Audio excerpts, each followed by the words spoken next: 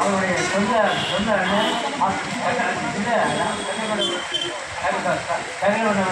அவர்கள் சொந்த Afzal ninth fail.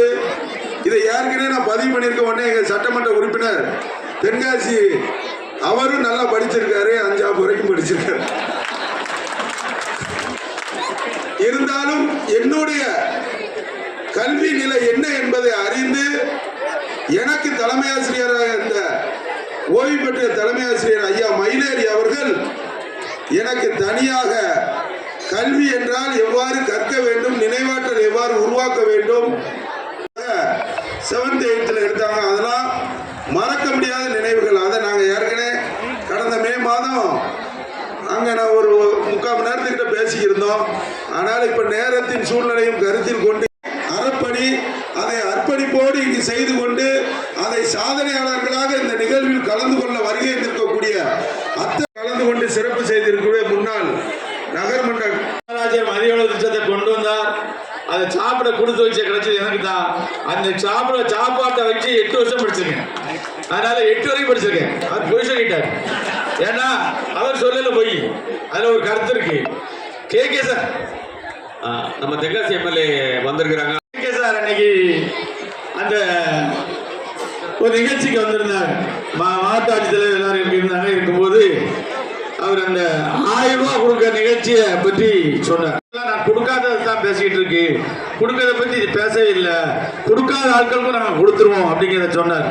அப்படி சொல்லிட்டு எங்கள் சட்டமன்ற உறுப்பினர்கள்லாம் ரொம்ப படித்தவங்கல்ல, அதனால அவங்க அதை பற்றி யோசிக்கணும்னா இப்போ பழனியார் 5 வரைக்கும் தான் படிச்சிருக்காரு. எங்காலு அந்த கனிவெளிகள் வளர்னாரு, அதை தட்டுமுடியா படிச்சிருக்காருன்னு சொன்னாரு. அதை வச்சுதான் அவர் 5ஆம் வரைக்கும் படிச்சிருக்காருன்னு சொன்னாரு. அது தப்பு இல்லை. எங்களுக்கு படிப்பு அப்படிதான். நாங்கள் ஒரு நாள் பள்ளிக்கூடம், நான் பள்ளிக்கூடம் போனோம்னா பள்ளிக்கூடத்தில் வெளியே நின்றுட்டு தான் உள்ள போகணும். ஏன்னா நான் 9-10 மணி வரைக்கும் கமலை அடிப்பேன். விவசாயத்தை பார்த்துட்டு தான் போக முடியும். அந்த சூழ்நிலை எங்களுக்கு. இப்போ உங்களுக்கு முதலமைச்சர் அப்படி ஒரு சூழ்நிலையை கொடுக்கவே இல்லை.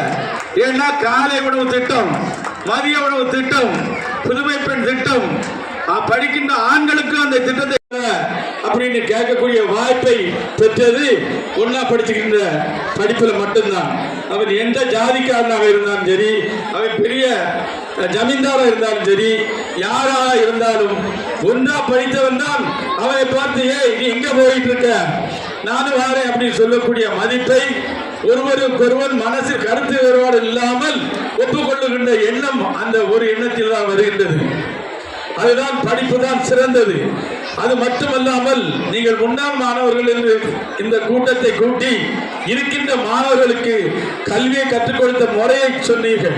அழகா சொன்னார் சாராள், நீ மாடு மேய்க்கத்தான் லாயக்கின்ற. உங்களுடைய கரவொலி எழுப்பட்டும். அவருக்கு நினைவு பரிசினை நமது முன்னாள் தலைமை ஆசிரியர் திரு ஜே.பி. சார் அவர்கள் வழங்குகிறார்கள். கரவொலி எழுப்பட்டும். அவர்கள் வந்திருக்கிறார்கள். அவருக்கு சிறப்பு செய்யப்படுகிறது. மாணவர்களுடைய உற்சாகம் பத்தாது.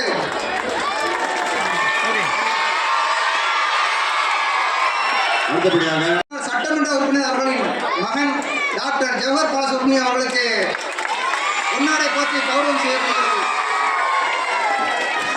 முன்னாள் காங்கிரஸ் மாநில தலைவர் அவர்களுடைய புதல்வர் டாக்டர் ஜவஹர் பாலசுப்ரமணியம் அவர்களுக்கு பொன்னாடை போற்றி கௌரவம் செய்யப்படுகிறது.